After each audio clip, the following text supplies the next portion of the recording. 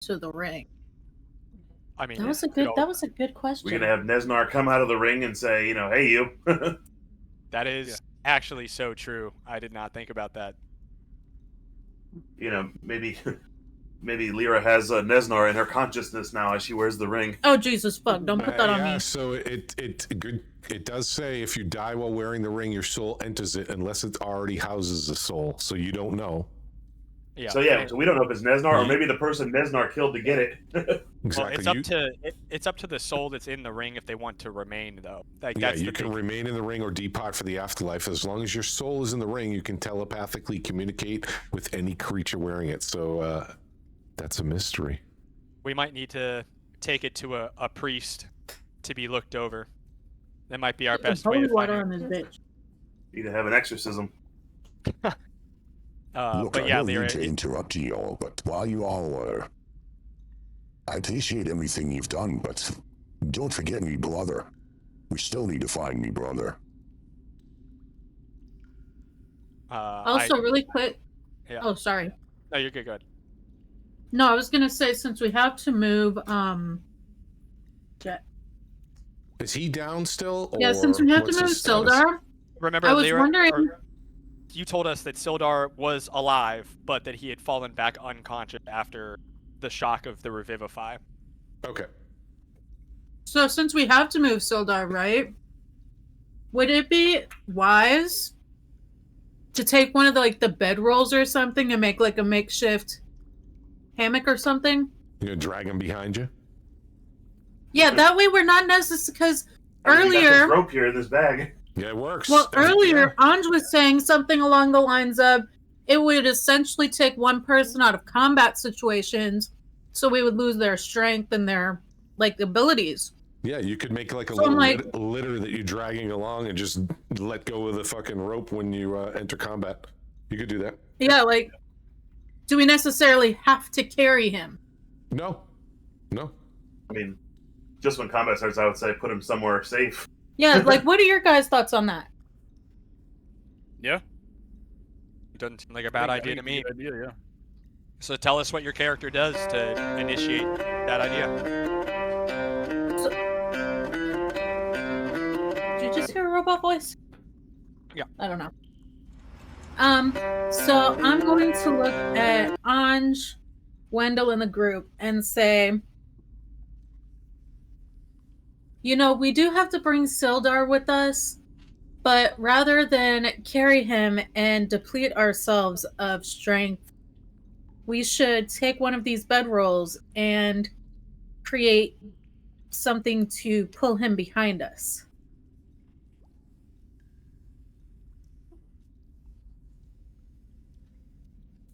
I nod my head and I start looking around the room for things that could be used to make this makeshift litter. I'll look at the group and I'll tell them things like blankets, rope, pillows if you want. I guess one pillow is necessary. I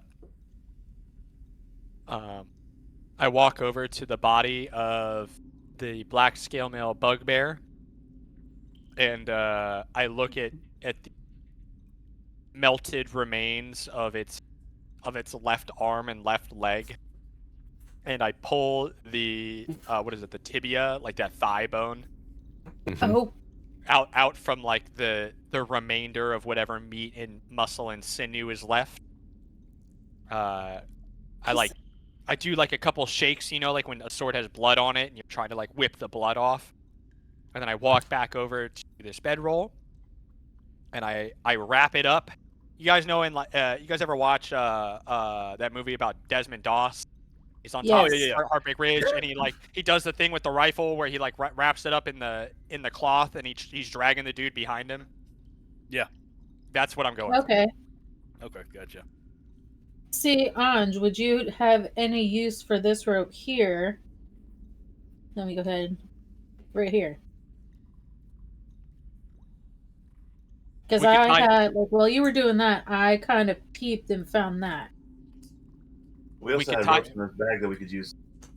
I mean, we could use the rope, Lyra, to tie him to the bedroll. That way he isn't flailing left and right and potentially falling off. It would keep him more secure. Okay. I mean, we can never use too much. We can never have too much rope, right? That's what the women I grew up with would tell me. What? Cav, these boxes over here where I'm at, I'm kind of rifling through these. Am I finding anything of importance or? Nothing of value. It looks like it's a bunch of excavation equipment, spikes, a box of unused torches, a couple of flasks of oil.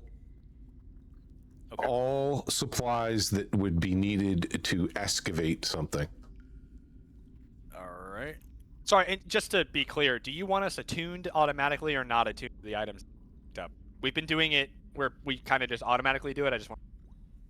Yeah, I mean, and let's just say after a long rest you can attune. I don't want to play okay. Yeah. I don't want to play I the really- attunement game. Really How many- quick, before I forget, I know we were talking about the mantle of spell resistance. Mm-hmm. Wendell, how are your save, thing? Windows got crazy. Oh, I already have a cloak, so I cannot wear that.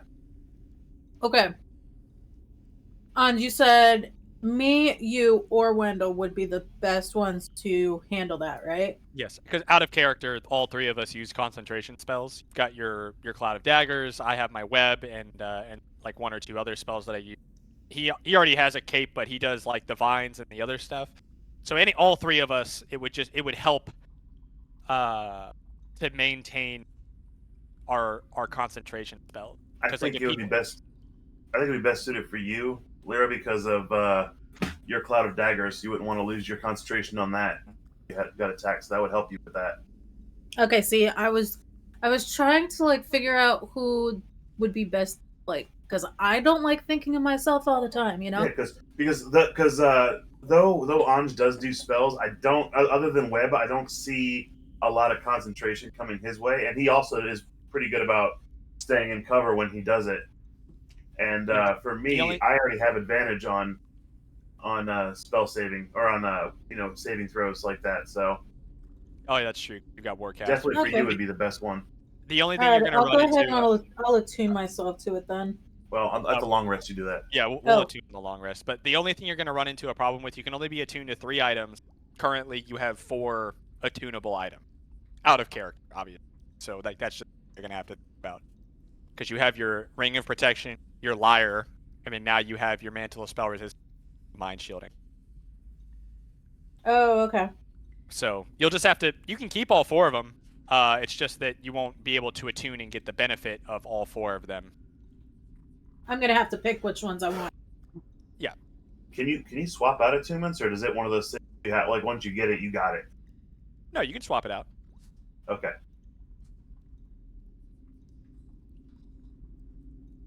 Sorry, go ahead. Xander, you take one last look over your left shoulder, eyeing the green gem, and you notice that Gundren looks up at you and gives you a scowl. You give him a wink and then continue to move forward. All right. It's at that point that you remember you had almost forgotten with all the excitement from combat, but that door in the hallway was locked. That sparks a curiosity. Yep. I- Myself and Drog, we're gonna push up to that door. I think I attempted to check it last session, I believe, and all I could see was Yeah. just some light. And it was you locked. can- Yep. And then we heard the people talking in the room, so we just moved past it. Yep. I now have Sildar on this bedroll. I've tied him up, and I'm following behind with Sildar dragging behind. You guys don't have to move him. When it comes to a point where we need him in the story, I can move him. If it's too much I of was a about bar. to say, in Yeah, game, I'll just character, I'll go ahead and grab his. Yeah, don't worry about. Those are just the minis of placeholders. You walk up to the door, Rich and Xander, and you produce the key, the large, thick iron key. You look down at the teeth. It only has 3 large teeth. You look over and look at the keyhole, and you are pretty sure that this is the key for this door. Okay. I'm gonna turn and tell the group, this key looks like it goes into this door. Are you guys ready? I give a nod. I give a Alright. thumbs up. I come up behind you so in case it happens, we can be ready for combat. I insert the key and turn it. You hear a very... The moment is tense, but you hear a very almost abnormally loud... The door is unlocked. All right, I'm gonna push the door open. As you push the door open, you notice inside there are dusty draperies of red and gold adorn the walls of this room. There's also a bed and a brazier in the center of the room. All right, myself and Wendell start to push into the room. I just move past with Sildar, and I'm just standing by outside while they do their thing. Off to the right, you see that there is a short, squat form lying unconscious on the cold stone floor. Away. Oh. Go over there and check it out. As you approach, Oh you my. notice that there is a dwarf that is unconscious on the ground, and he has a resemblance to Gundren. I yell for Gundren. Gundren, come inside.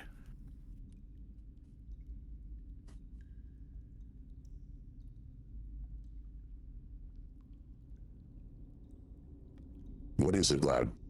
Oh. It's Nyandro. Gundren rushes past you, bumping into you, not on purpose, running to his brother. He leans down, grabbing him by the shoulders, lifting him up gently, looking into his face. Nyandro. Nyandro. Nyandro, speak to me. Oh. He looks over his left shoulder. He's breathing. He's breathing. It's at that moment he reaches down to his waist, produces a small vial, pops the lid off, holds his brother's head gently, and pours the red liquid into his brother's mouth. After about 15 seconds, the unconscious dwarf groggily leans up, staring blankly at his brother. They embrace each other and have a few seconds exchange of emotion.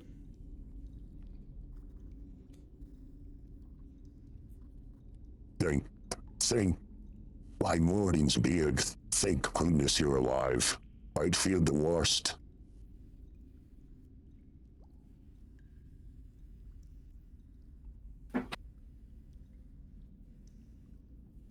Xander, you overhear Nundro telling Gundred that the spider kept him alive, kept torturing him and interrogating him every day since he's been captured. He's been keeping him alive because he thought the dwarf might know more about the mine than he admitted.